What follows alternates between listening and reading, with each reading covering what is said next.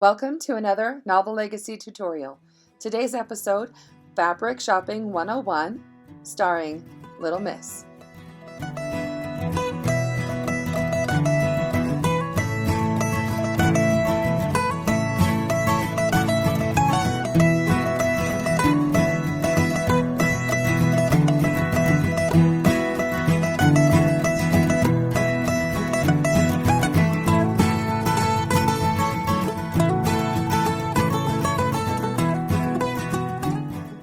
Let's go shopping with Lil Miss. Today's the big day. This 18-month-old young lady will get to shop for her own pattern, fabric, notions, and supplies. As she enters the store, she's a bit overwhelmed by all of the options in front of her, but she soon gets her bearings and heads to the back of the store to find her pattern. Somewhere around the middle of most fabric stores, you will find pattern books on display. Lil Miss has chosen a children's pattern book to flip through. Let's see what she decides.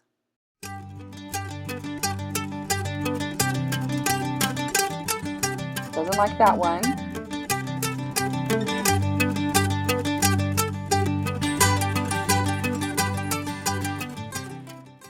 Oh, I think she's found it. To find the pattern envelope, she needs the pattern number. Lil Miss looks at the top of the page in this book. The number is 9428. Then she needs the name of the company who made the pattern, in this case, Berta. She will take a stroll to the tan drawers where the patterns are stored. Oh, distraction from the notions. Think of notions as little bits and baubles you'll need to do any sewing magic. Okay, little girl, let's move on.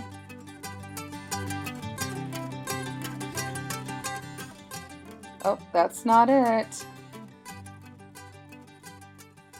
Whoa, almost ran into a big person. At last, Berta. Her pattern starts with a 9, so she will look in the lower drawer. When you open the drawers, you will probably bump your shins. There's just no way around it. Little dividers like this are used to separate the patterns by number. We'll just slip that back in there. Now it looks like she found her pattern. Please do the world a favor at this point and shut the drawer completely to prevent serious shin injuries.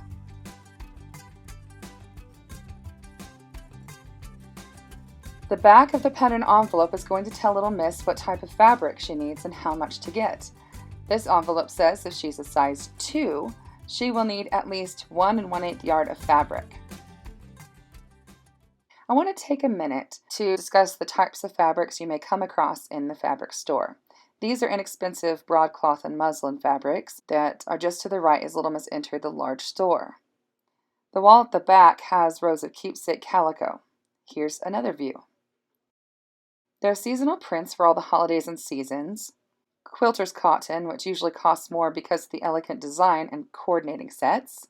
Snuggle flannel, which is great for making pajama pants. Licensed character fabrics. When in doubt what you're looking at, just check the signs. All the fabrics that I just talked about are woven. Woven fabrics are created by the manufacturer by running threads lengthwise into a loom. A shuttle then slides back and forth, depositing threads crosswise. This pattern creates fabric. If you look really close at fabric, you will be able to see vertical and horizontal lines. The fiber content varies widely. For beginning projects, I recommend only getting 100% cotton because you won't have to worry so much about overheating the fabric. You will also find specialty fabrics for special occasions. As pretty as these are, you probably won't need these during a beginning sewing course. Look at these velvety fabrics. They look fun. Oh, that's a knit.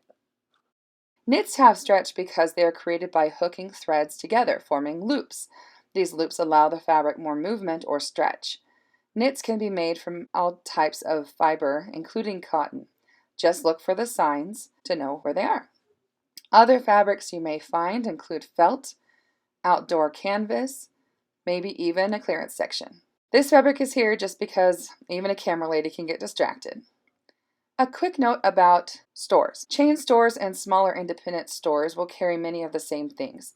They also may offer discounts from time to time, so don't be afraid to ask for coupons. The selection in smaller stores may not be as vast, but they do offer great customer service and unique prints. Let's go back to the Berta pattern envelope. It reads that I need 1 1/8 yard of main fabric and 3/8 of a yard of contrasting fabric. I recommend getting 2 yards of the main fabric to allow for shrinkage when you pre-wash your fabric and for crooked cutting at the counter. Little Miss is off to find her fabric. She's a little distracted by her pretty shoes. Okay. What has she found here?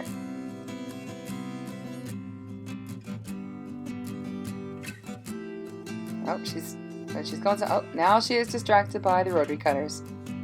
I'm afraid even adults like me have the attention span of a toddler when it comes to shopping in a fabric store. She's a natural. Where's she going now? Ah, she's running amok.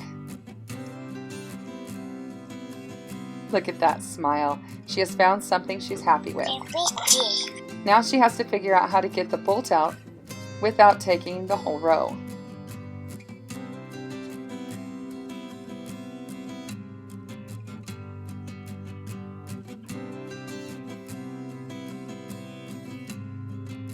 She definitely doesn't like the checked fabric.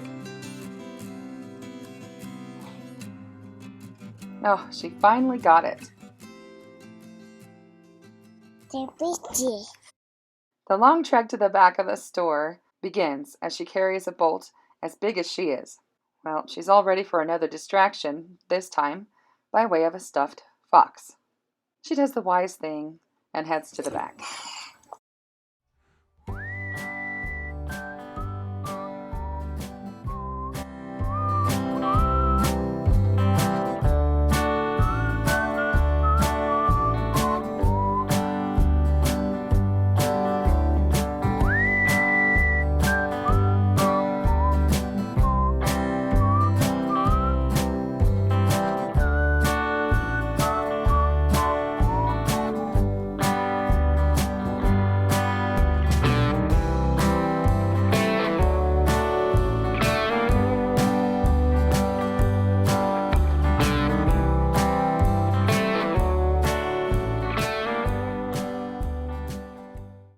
Little Miss grabs a number.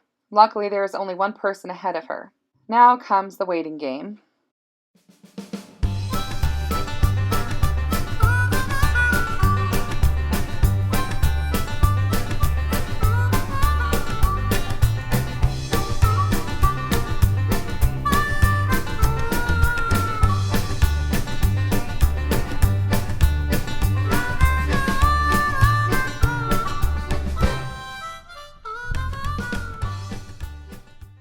Little Miss hands her number over. Okay. Cutting is one of the reasons why you need to get at least 10% more fabric. The only way you truly get a straight cut on grain is to snip the edge and tear the fabric if it is woven. Thank you. You're welcome.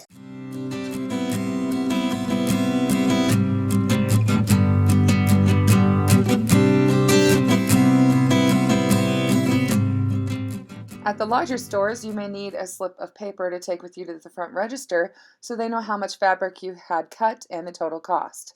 Now that Little Miss has her fabric, it is time to get some notions. Her first stop is for matching thread.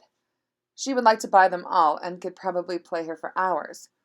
Luckily, she soon finds what she needs.